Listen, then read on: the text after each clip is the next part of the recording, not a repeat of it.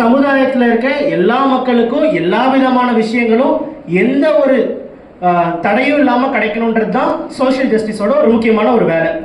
Social justice சொல்றியடா அப்படின்னா என்ன அப்படின்னா ஒன்றும் இல்லை. இப்போ 4 பேர் இங்கே இருக்கோம்.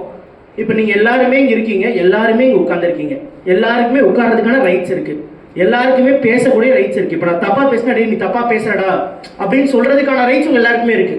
அந்த ரைட்ஸ் தான் சோஷியல் ஜஸ்டிஸ் கொடுத்தது.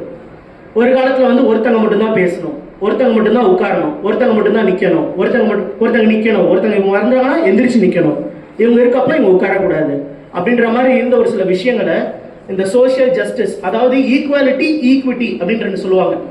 ஈக்குவாலிட்டினா 4 பேர் இருக்கீங்க, அதுல ஒருத்தனுக்கு ரொம்ப பசிக்குது, ஒருத்தனுக்கு பசிக்குது, ஒருத்தன் பசி சாப்பாடுனால செத்தே போயிடுவான், ஒருத்தனுக்கு பசி இல்லை.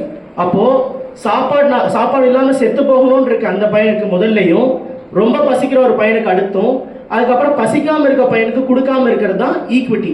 எல்லாருக்கும் ஒன்று கொடுக்கறது ஈக்குவாலிட்டி, அதுதான் எல்லாமே கரெக்ட்னு சொல்லுவாங்க. ஆனா எவனுக்கு அதிகமா தேவை இருக்கோ அவனுக்கு தான் கொடுக்கணும், அதுதான் ஈக்விட்டி.